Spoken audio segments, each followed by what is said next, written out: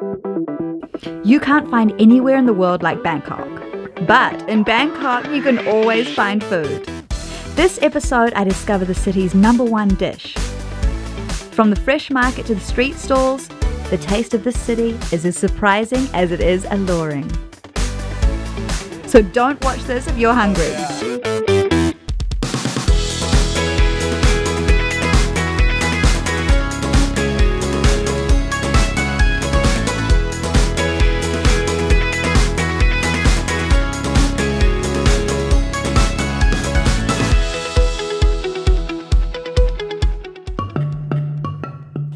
You're back with Eat Asia Bangkok episode. Now this is part 2 where I literally get behind the wok and learn how to cook Pad Krapow, traditional Thai style. Now I really wanted to honor this legendary dish by going to 3 different chefs to learn the recipe. Chef Tam is the owner of a meter cooking school whose style is completely traditional. The 5-star international cook is Chef Oi from Shangri-La Hotel Bangkok, whereas the new generation paying respect to old customs is Chef Can. For step 1, I started with Chef Tam in her outdoor kitchen, whose ingredients are based on her grandmother's recipe. You know that from Pad Krapow, it can be pork, it can be chicken, it can be beef, it can be even a seafood combination, okay? But today we're going to use the pork. And then we have the chili, which we chop them. You know, we fresh pick them, right? Of course. And see, in other restaurants, they just would use these 2 only. Either pound or chop them together. Okay. But for my family, we add that fresh kalangao. See, we just already thin slice and then chop them. Okay, so chop it very... Here, you know what is this? Do you smell Let it? me have a smell. Coriander root, right? See, can you see we wrap the banana leaf around the coriander? Because this way to protect them and then keep it stay fresh a longer time. So you pick one, you can smell the aroma. See, but this one we want more in aroma, so that's why you can smell the aroma. Yeah. Okay. And then the bigger chili, what we call it spur chili, like that. Yes. Spur chili. And look how beautiful. I mean, these just come out of the garden. The stain from the raining. Exactly. It's like the sun, the rain. You can taste just the life in it, I think, and it's like firm, beautiful. Oh, I love it. Seasoning will be fish sauce, the sugar, oyster sauce right here, black sweet soy sauce. Step 2, you have to deep fry the fresh holy basil to fragrance the oil and create crispy leaves for garnish.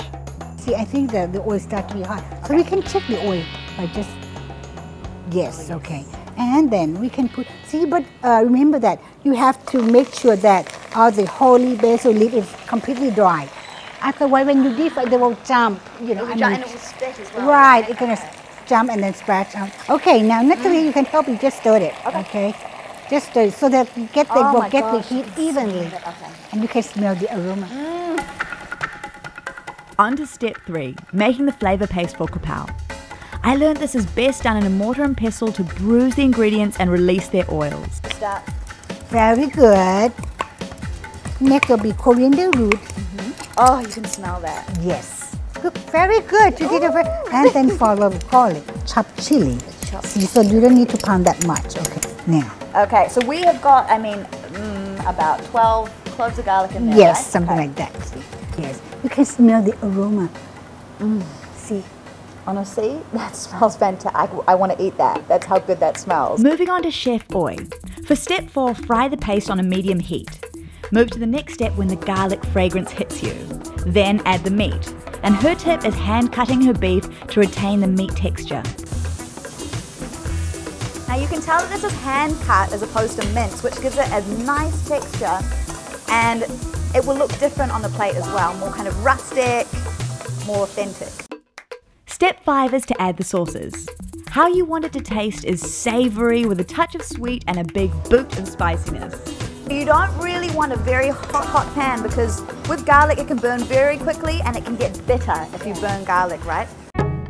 And finally, Chef Can, who learnt from his mother and collecting ancient Thai recipes. I was joined by Bangkok food blogger Dwight. For step 6, Chef finishes his dish with local rum and green peppercorns for a taste of old and new. Okay.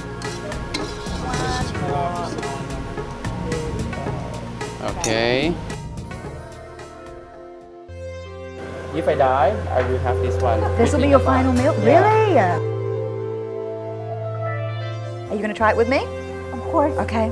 Cheers. Cheers. It's really, really delicious. Oh, we don't. Exactly. Yummy. So now we're at the end of part 2, Eat Asia Bangkok. Now today I learned 3 different ways to cook Pad Krapow with 3 Thai chefs. And each is a little bit different, but very delicious. Now what I'm starting to learn is that Pad Krapow is something that is salty, it's spicy, and it's very addictive. So it's kind of like the perfect complete meal. You just put it with some rice and a fried egg, and you can have it every day because it's that good. Now next up, I'm going to scour the whole of Bangkok to find the best places where you too can also try Pad Krapow. Now I know how to cook it, let's eat it. Bangkok's best Pad Krapow coming up next. Yeah, it's just a taste of Thailand. There's just something about Thai food